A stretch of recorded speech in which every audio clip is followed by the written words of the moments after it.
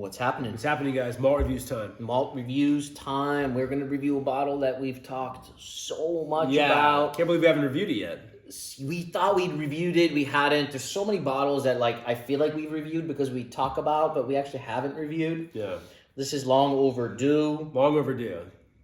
Balvenie Tun 1401.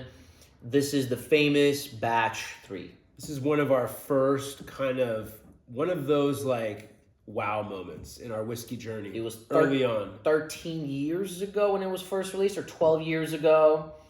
And we were into whiskey. We were drinking the Highland Park 30s, and we were drinking the Glenfiddich 30s. And Macallan 25. Macallan 25, Macallan 30. Yep. We were drinking all that. This outshined all of them. Yep. This outshined all of them at that time.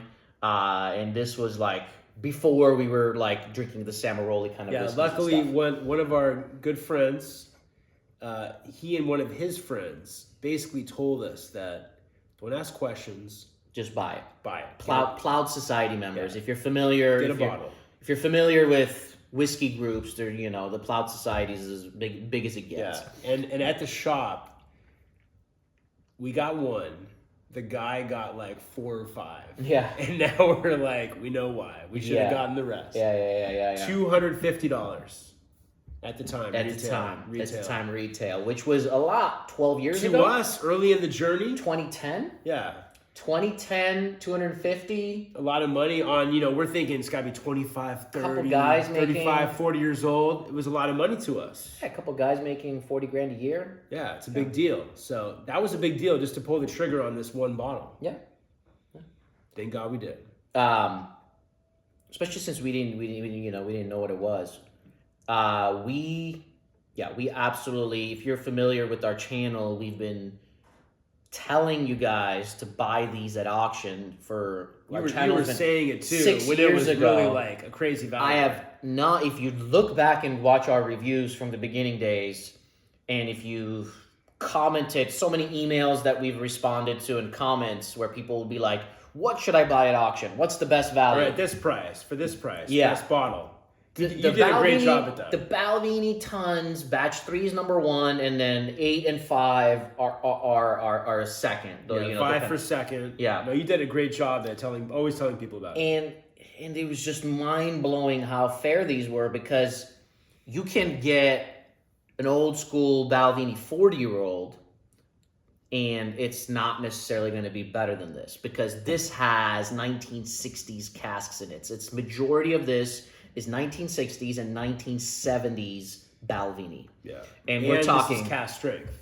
We're talking 3 casks from sherry butts. Yeah. And we're talking 1, 2, 3, 4, 5, 6, 7 casks of traditional whiskey cask bourbon. And this has one of the highest ratios of sherry to bourbon. Yes. Along with the 5. And we're talking 2 casks of 1960s. But you're sherry. talking 1960s. Full cask. Yeah. We're not talking to a drop. We're talking teaspoon. the full cask. 1960s Balvenie sherry. Yes. Legendary. Bottled in 2010. Yeah. Legendary. So this essentially, what you're looking at is, you can almost think of this as a Balvenie 40-year-old at cask strength. At cask strength. Okay.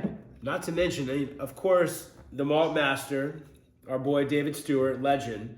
Of course, he puts his energy, his love, his passion into batching all the Balvenie 40s, but you could almost argue this might be even better cask selection.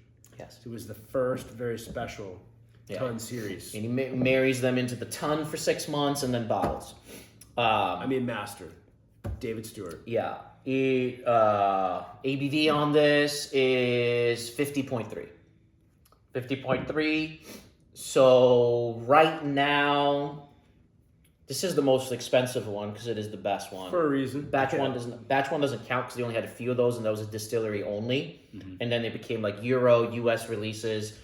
This batch 3, luckily, was a US release. Thank God. The best one's yeah. US. Yeah. Well, batch 5 and 8 are UK. Right. Yeah, but this is next level. Yeah. And this is the Ultra Magic one. And now at auction, I don't know, £2,000 at auction for this. Yeah. Sounds about right. Cheaper than the Balvenie 40 still, but I was telling you guys to buy this stuff when this was 400 pounds at auction. That's what I'm saying. That Yeah. you did a good job with that. Not Kept keeping it yelling, to yourself. Kept yelling. Not keeping it to yourself. Yeah. And I would always say get the batch 8 and 5, especially the 8, because it was always the cheapest. Yeah. It was always the cheapest out of the bunch for because it was value, released for way value, later. yeah. Yeah, It's great. And that was always available close to retail at auctions, and I kept telling everyone. Forever. Yeah. But this is the wow factor. All the 1401 tons are good. They're not all insane.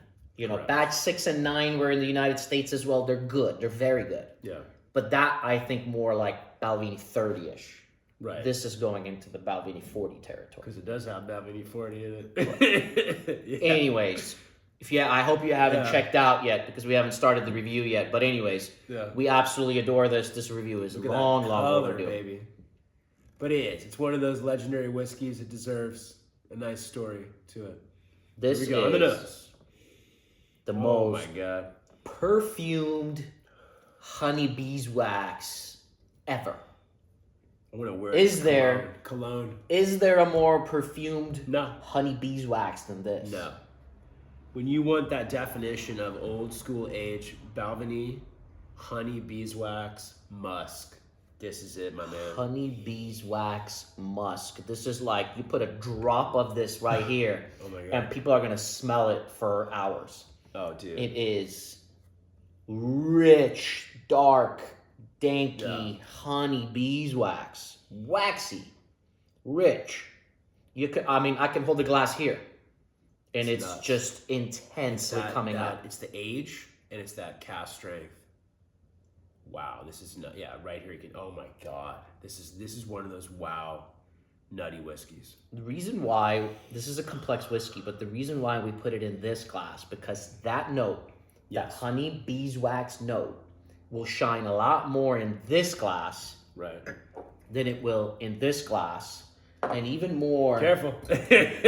even more in our favorite ice glass, Right. which is going to perhaps bring out some other notes. You that might this bring one out some won't like shine. tertiary, quaternary fruits, but fuck that. We But want that this beeswax. explodes with that Yeah, beeswax. that musk. And obviously experiment, but you guys know how it is with different glasses. But then there's one addictive drug note you want. This is the glass for it. I mean, it shines so much. I can't get over it. No, I mean you're getting old leather, getting antique furniture, you're getting crazy fruits, figs, dates, nuts, but that beeswax is so addictive. It's all you want. Yeah, it's Dark chocolate. very antique, like you said. It's got the dusty elements, the leather in the background, that rich sandalwood. Oh yeah, the sandalwood, very aromatic, oily woods and spices, nutmeg, clove. But again, the beeswax is like that addictive glue that holds it all It's together. got this orange peel to it, but because it's so beeswaxy, it's almost like that, like a very oily orange peel with like honey covered. Everything is honey covered. Everything. Oh, excuse me. No, that oil. That's what it is. It's like It's orange oil, beautiful. It's like, but it's like aged, like Grand Marnier level orange oil, like very refined orange oil. It's very, now that you say Grand Marnier, I'm realizing how much orange is in here. It's almost like a 200-year-old Grand Marnier. Yeah. And I've had some crazy old, I've been to tastings where they poured me some crazy Grand Marniers, and It's so crazy. I gotta try that sometime, man. It's so nutty. It's not my favorite thing in the world, but I always remember that in some of these older whiskeys. Is it? But it's got to be less sweet, right, than regular Grand Marnier when you age it that long, or is it still overly sweet? It's overly sweet. Got it. But it's got that hint of that deep, rich essence of orange oil in it. Yeah. Gotcha. This is so beautiful, man. And it's only gotten more fun and more special with time in the bottle. Yeah, even if you hold it a certain level away from your nose, like right here, hold it like this distance and think mango. Oh yeah. Yeah, The because distance you're you getting hold. a little bit different from the darkness. Yeah. A little less from the darkness brings out the lighter fruits. Yeah. Yes. Yeah. I mean, at some point, depending on the angle and distance, Yeah. it probably has every fruit in it. That's how complex and old it is. But you can't get over the richness. No, it's unbelievable. I'm just glad we took the journey to fully appreciate it. Yeah. Let's hit the palate. Palate. It's mind blowing. Cheers, guys.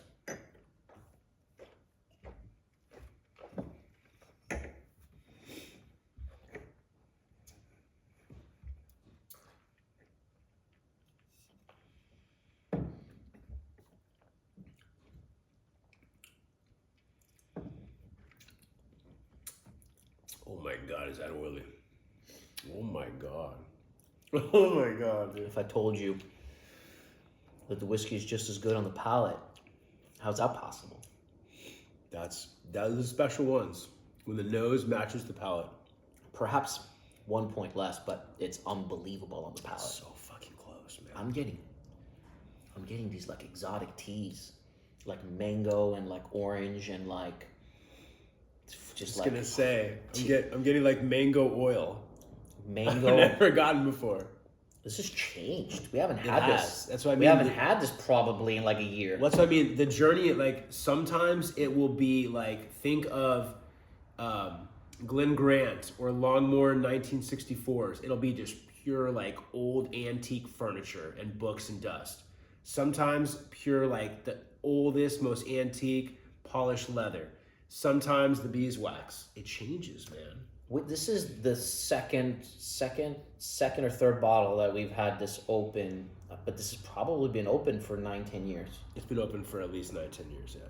That's what I Because mean. the first one was open 12 years ago. Right. So this has to be like 9, Yeah. something like that. I think it might be, we're talking about maybe the third bottle. But yeah. But 9-10 years old. But yeah, just the beauty of it, the journey. It's always been different levels of that dominant note, but it's always been extraordinary. But yeah, this now is like he said, I'm even getting like some exotic, not super spicy, but just the flavor of it. Exotic, like Thai, like chili and spices, like nutmeg, clove, along with those aromatic oils.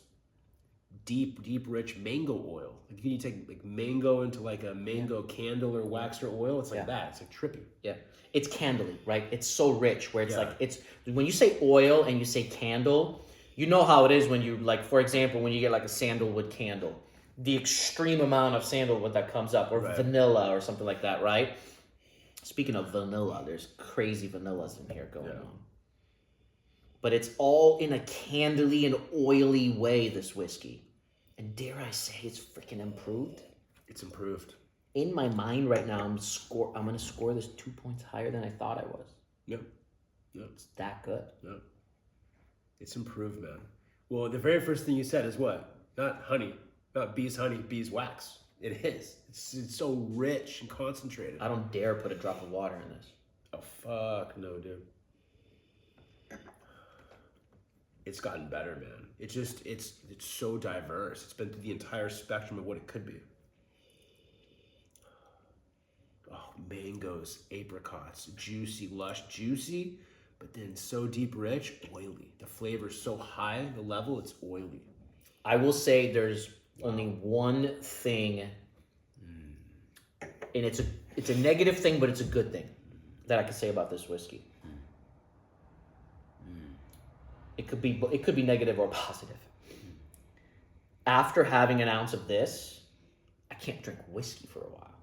It's so rich. I can't have multiple glasses of this. And what am I supposed to drink right now if I want another dram? It is lingering of the most richest, darkest. It is truly a dessert. Truly a dessert. Like ideally you have whiskey on an empty palate, but this whiskey, you go have a really, really nice dinner. Or like before you go to bed. Because I can do anything else after. I'm thinking, go to a really nice dinner. It's a dream whiskey. You go to a really nice jazz club afterwards with your wife, and you sit down with a dram of this. Yes. While she drinks her champagne. Yes. This is not. No, I see what you mean. I see what you mean. It's I see what you mean. Yeah, And early in the journey, we always say like luxurious. Yeah. Can't get more luxurious than this. Mike, Luxurious as fuck. I thought I was going to give it a 93 to keep perspective. To keep perspective of the crazy whiskeys that we tried, the Samarolis and stuff like that. Yeah. To highlight. Balvenie 40, da-da-da. Today, it's a 95. Couldn't agree more. It's a 95. Yeah, it's for me, it's been so close to 94 at times, and maybe even hit it. or like the very edge, but it's that good, man. It was a 94 for me, but I thought today it was going to lower down to a 93 because since the last time I've had it, I've had so much this and this and what all that. It's a 95. Today it is. Yeah. Today it is. I don't know if I'll ever enjoy it as much as this moment. Whatever this moment is right most now. I've enjoyed it. Yeah. I'm going to be honest. It was always a 94, maybe 93, 94 kind of a whiskey. And we've had 3 bottles of it.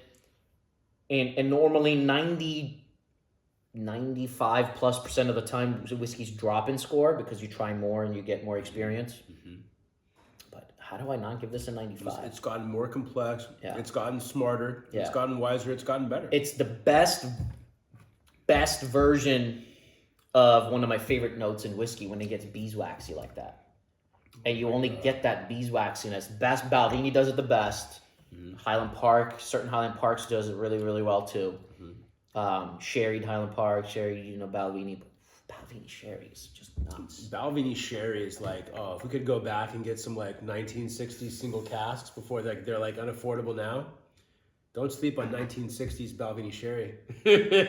I don't know what else to say, you guys. Whatever price it is, this is worth acquiring a bottle. You just got to make sure you love that rich beeswaxy note. Yeah.